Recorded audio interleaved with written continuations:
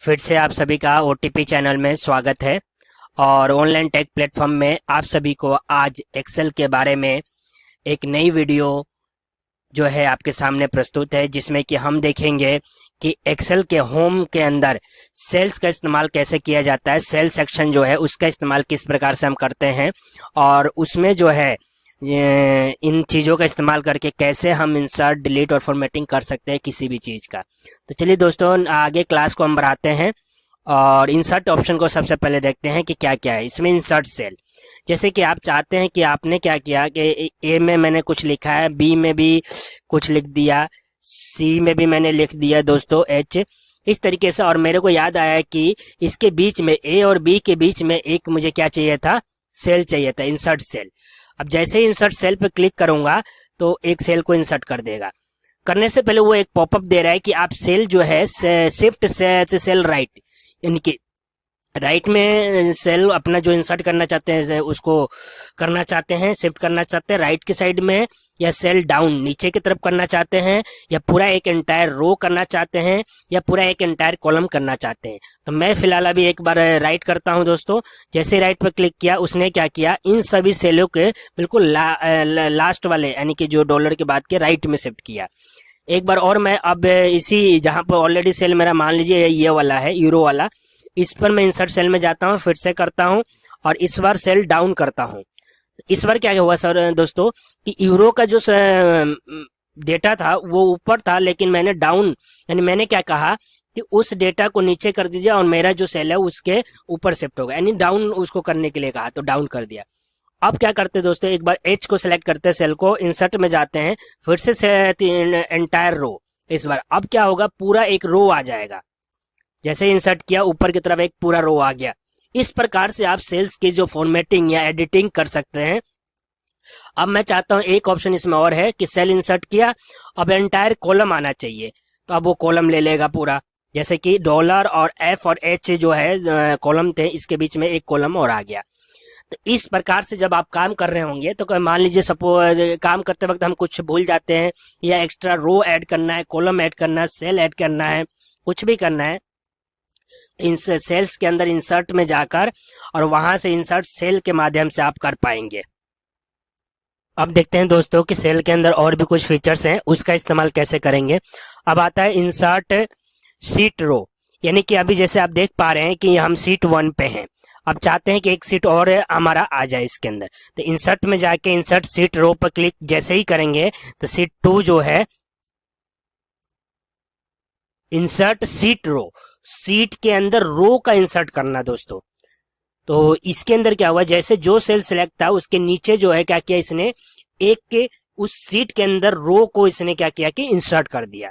तो मैंने क्या यहाँ से क्या सीखा हमने कि इंसर्ट कैसे करेंगे उसी सीट के अंदर रो को, जो कि इंसर्ट सेल्स के अंदर ऑलरेडी हमने सीखा है और अलग से भी दे रखा है। इसी तरीके से कॉलम ऐड करना चाहते हैं आप, सपोज कीजिए कॉलम ऐड करना चाहते हैं, मैंने ये यूरो और ये डेट वाला सेल सिलेक्ट किया। मैं चाहता हूं अब इंसर्ट सेल के बजाय बाहर से भी आप कर सकते हैं, इंसर्ट से सीट कॉलम, यानी इस सीट के अंदर कॉलम ऐड करना चाहता हूं, तो ये जैसे क्लिक किया एक कॉलम आ गया बीच में। तो इस प्रकार से भी आप जो है रो और कॉलम को इंसर्ट कर सकते हैं। इंसर्ट के अंदर एक और ऑप्शन आता है कि इंसर्ट सीट।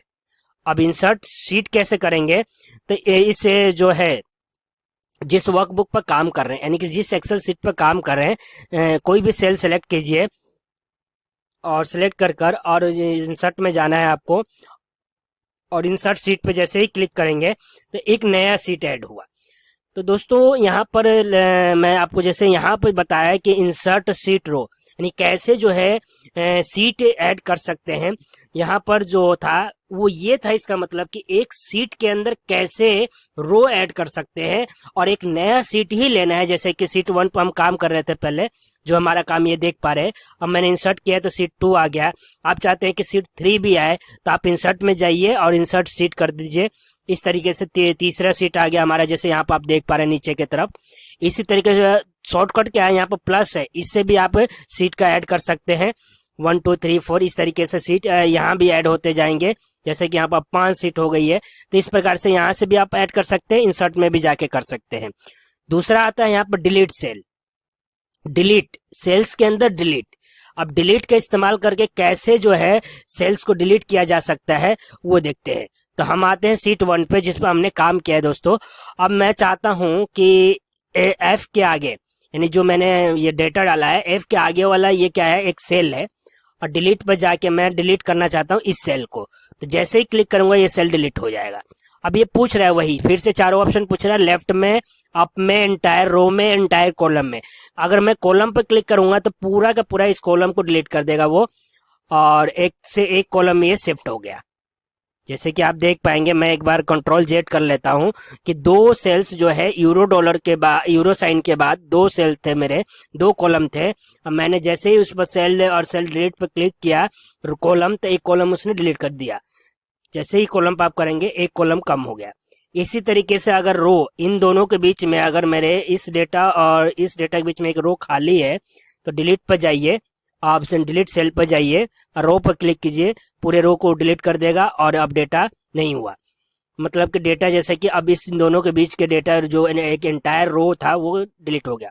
अब इसी तरीके से जैसे मैंने यहाँ पर लिखा था ये साइन, और ये सेल्स को डिलीट करना चाहता हूँ, आप चाहते हैं तो सेल डिलीट में जाके अब क्या करना है, वो कह रहा है कि जैसे कि उस समय लेफ्ट डाउन अप किया था, अब कह रहा है किसको, किस सेल्स को डिलीट करना चाहते हैं, लेफ्ट वाले को या अप वाले को। मैं अप वाले को करना चाहता हूँ, अप किया, अब ऑटोमेटिकली लाइन में आ गया। इसी तरीके से एक ऑप्शन और है इसी के अंदर दोस्तों, डिलीट सेल्स के अंदर जाएंगे और कहेगा लेफ्ट।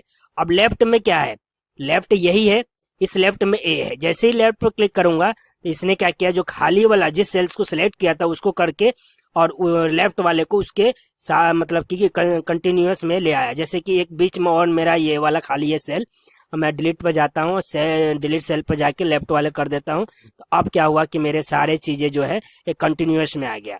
ठीक है दोस्तों, इस प्रकार से आप सेल्स का डिलीट और रो का या कॉलम का चीजें जो सेल्स के अंदर है यहाँ से आप यूज करके, इन फंक्शंस का यूज करके कर सकते हैं।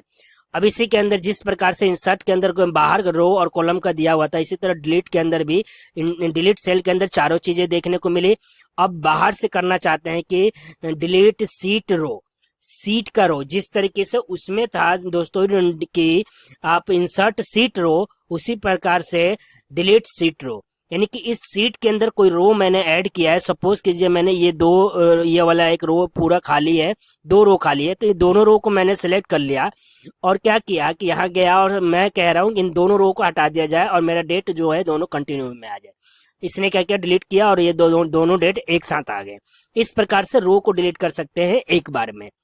अगर एंटायर सीट के अंदर बहुत से हैं तो इस तरीके से सेलेक्ट करके फटाफट कर सकते हैं। इसी तरीके से एक और ऑप्शन है इसी के अंदर कि अब मैं चाहता हूं कि इनके बीच में, इधर तो नहीं है दोस्तों, जैसे कि एक यहाँ पर मैंने डाला 8 और बीच में एक खाली रह गया, अब इस तरीके से छूट गए मेरे। तो आप छूटे हुए सेल्स यानी कि इस कॉलम या रो को आप डिलीट में जाइए और इस बार क्या करेंगे, डिलीट सीट कॉलम, इसी सीट के अंदर ऊपर जो कॉलम है पूरा खाली उसको डिलीट कर दीजिए और डेटा मेरा कंटिन्यूअस में आ गया। इस तरीके से आप इंसर्ट करना और डिलीट करना मतलब की प्रक्रिया का इस्तेमाल करके अपने एक्सेल सीट में जो भी करना है कर सकते हैं और यूज कर सकते हैं सेल्स के अंदर इंसर्ट और डिलीट का ऑप्शन का। अब आता है एक फॉर्मेट। फॉर्मेट क्या है, यहाँ फॉर्मेट का मतलब डिलीट करना नहीं है दोस्तों, यहाँ फॉर्मेट का मतलब है आप जो काम कर रहे हैं उन सेल्स का या उस एक्सेल सीट का किस प्रकार से आप क्या कर सकते हैं कि फॉर्मेटिंग कर सकते हैं, यानी कितना साइज होना चाहिए कितना नहीं होना चाहिए उसका फॉर्मेटिंग कर सकते हैं फॉर्मेट के अंदर से। जैसे कि यहाँ पर रो की हाइट क्या होनी चाहिए, तो रो की हाइट के लिए वो जो अभी इतना है आप कितना करना चाहते हैं, 30 करना चाहते हैं, अभी ये है 49, मैं 40 कर देता हूँ और 40 पर क्लिक कर देता हूँ, तो अब इसने रो की हाइट 40 ले लिया। इस तरीके से रो की हाइट की 40 किया। ऑटो फिट करना चाहते हैं तो ऑटो फिट भी कर सकते हैं, सबसे बेस्ट होता है ऑटो फिट। जैसे ही ऑटो फिट पर क्लिक करूंगा वो ऑटोमेटिक जितना फालतू के स्पेस होगा उसको डिलीट कर देता है और ऑटो फिट कर देता है, तो बेस्ट ऑप्शन होता है ऑटो फिट। इसी तरह कॉलम की विड्थ की साइज को चेंज कर सकते 34 है, सपोज कीजिए मैं उसी सेल पे 30 कर लेता हूं, तो अब ये 30 में एडजस्ट कर देगा उस डेटा को, 30 में कर दिया। ऑटो कॉलम फिट, ऑटो करूंगा तो वापस जितना एक इसका बाय डिफॉल्ट है उस पर ले, तो उसने क्या कर दिया, ऑटो फिट कर दिया कॉलम को। डिफॉल्ट विड्थ यानी कि मैं चाहता हूं कि इसमें स्टैंडर्ड विड्थ कितनी होती है, हमेशा याद रखना है 8.11 होती है। तो 8.11 जो बाय डिफॉल्ट जो विड्थ होती है एक एक्सेल शीट में वो होती है। इसी तरीके से आगे जो है हाइड और अनहाइड, क्या किसी रो को आप हाइड करना चाहते हैं या अनहाइड करना चाहते हैं, रो को, कॉलम को, शीट को, अनहाइड रो या कॉलम किसी को भी करना चाहते हैं तो आप यहाँ से कर सकते हैं। तो दोस्तों आज की क्लास को यहीं समाप्त करते हैं और नेक्स्ट क्लास में कंटिन्यू क्लास को करेंगे और यहाँ से विजिबिलिटी वाले ऑप्शन यानी फॉर्मेटिंग के अंदर जो विजिबिलिटी ऑप्शन है और ऑर्गेनाइजेशन शीट है, प्रोटेक्शन है, इन सब के बारे में सीखेंगे। तो thank you so much watching this video और please like, subscribe, comment and share to all friends. Thank you so much.